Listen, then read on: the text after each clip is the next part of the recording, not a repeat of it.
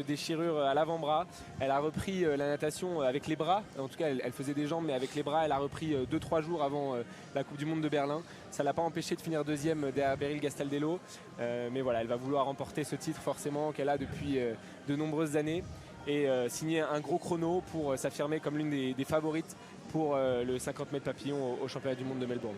Absolument, une Mélanie Hennig qui est un pilier de l'équipe de France, qui est la capitaine de cette équipe et qui est en équipe de France depuis maintenant plus de 10 ans, qui était déjà médaillée au championnat du monde à Shanghai en 2011, qui était 3e médaille de bronze sur cette épreuve du 50 mètres papillon, et qui aura à cœur, qui a encore à cœur de briller lors des Jeux de Paris 2024. Et pour ça il faut continuer à performer. C'est ce qu'elle va vouloir faire ce soir lors de ce 50 mètres papillon. Et vous l'avez à l'écran, Mélanie, avec son sourire jovial et communicatif.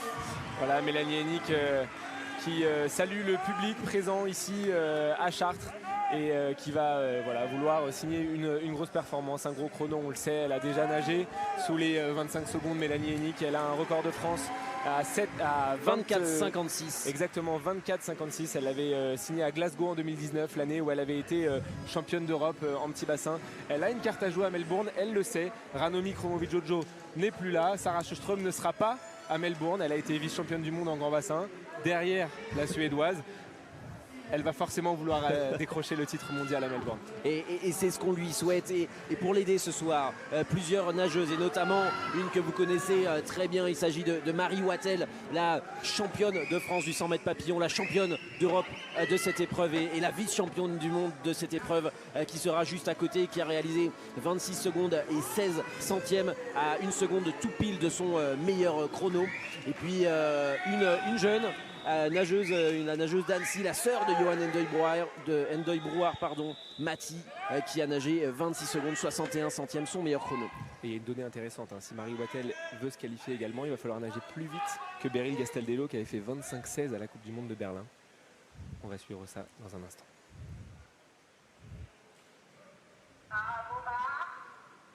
Regardez bien le couloir numéro 4 en général. Mélanie Hennig sort loin devant et c'est encore le cas, on le voit, une avance considérable pour la nageuse qui est partie sans respiration et qui passe avec un avantage conséquent sur ce premier 25 mètres. Un super départ pour Mélanie Hennig, toujours très à l'aise en petit bassin et dans ses coulées, dans ses départs.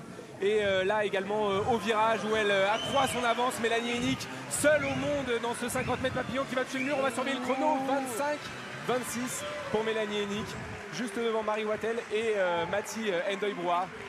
Voilà, on ne la sent pas forcément satisfaite peut-être de ce chrono. Elle espérait peut-être passer sous les 25 secondes, mais avec sa blessure récente et tout ce qu'elle a connu dernièrement, elle va prendre, elle va pouvoir s'entraîner, continuer à travailler, et il reste encore 5-6 semaines avant les championnats du monde de Melbourne où elle va pouvoir travailler et peut-être passer de nouveau sous les 25 secondes.